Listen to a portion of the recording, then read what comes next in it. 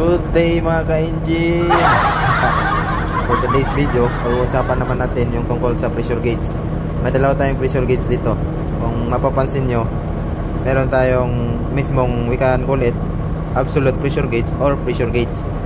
So kung mapapansin natin mga ka-engine, so positive pressure lang lahat yung nire-reading nya from 0 to 10 bar. So wala siyang negative side. Kabila naman, ito yung tinatawag na compound pressure gauge or vacuum gauge. Ang napapansin nyo, meron siyang negative pressure until 14 psi o negative 1 bar. So ano nga ba yung pinagkakaiba nila? Compound pressure gauge mga ka-engine, ginagamit ito sa mga transferring, sa mga bomba. Before the pump, makikita natin tong compound pressure gauge, and after the pump naman is yung normal pressure gauge or yung absolute pressure gauge, na which is i-reading niya yung actual pressure ng discharge ng ating either fluid. I-transfer natin from one point to the other point. May diagram tayo dito mga ka-engine. For example, ito yung transfer pump system natin. So ito yung bomba.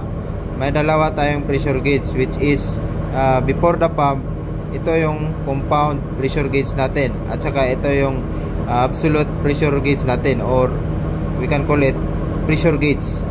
Ano nga ba yung pinagkakaiba nila? So yung pinagkakaiba, sabi ko nga, yung pressure gauge is yung nire-reading niya lang is positive pressure. Hindi niya kayang ma-reading yung negative pressure. Unlike sa compound is both positive and negative pressure yung mare-reading niya. So ngayon, for example, may tangke tayo dito, no, below the pump. So kadalasan is yung mga tangke na yan is FO leak tank, FO drain tank, FO overflow tank. For example, yung FO overflow tank, bubuksan natin, ililipat natin papuntang deck. So bubuksan natin yung valvula papunta sa bomba. So pag ready na, paandarin natin yung bomba. For example, naka-andar na yung bomba, ang magre-reading dito guys is magne-negative yung compound gauge natin dahil pahigop siya. Paano natin malalaman if may something wrong sa ating bomba? So ang makakasagot niyan is yung ating pressure gauge. Kaya napaka-importante silang dalawa.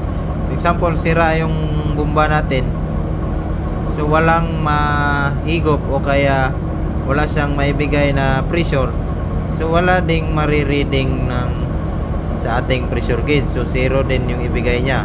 So magtaka ka na nasira yung bomba natin, o kaya clog yung filter natin, o kaya may close sa system natin.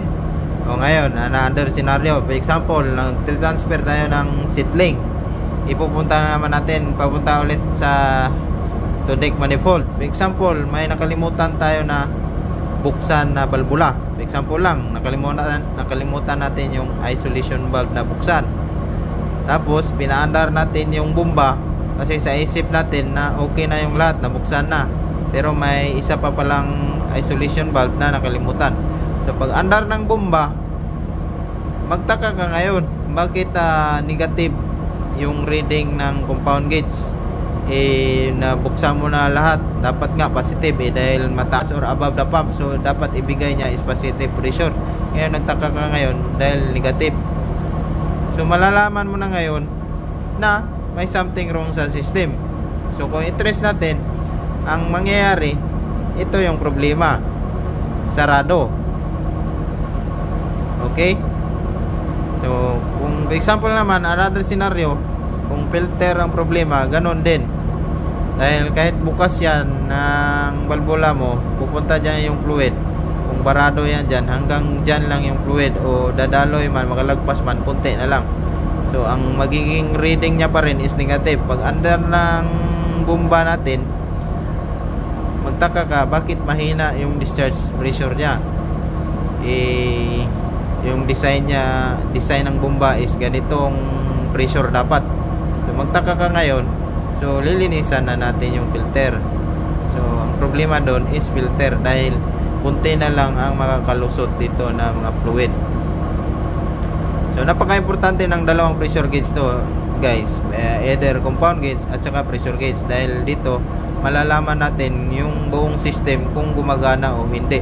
Dahil kung wala yan, no, mahirap mag-doktor-doktoran, at saka baka masabugan tayo ng linya, o kaya masira yung bomba natin dahil pinaandar natin, wala palang suction, o may nakalimutan tayo na balbula na i-open, o kaya madumi na yung filter natin, o kaya yung discharge natin na balbula may isang sarado kung saan papunta yung ililipat natin. Kaya napakahalaga po nilang dalawa.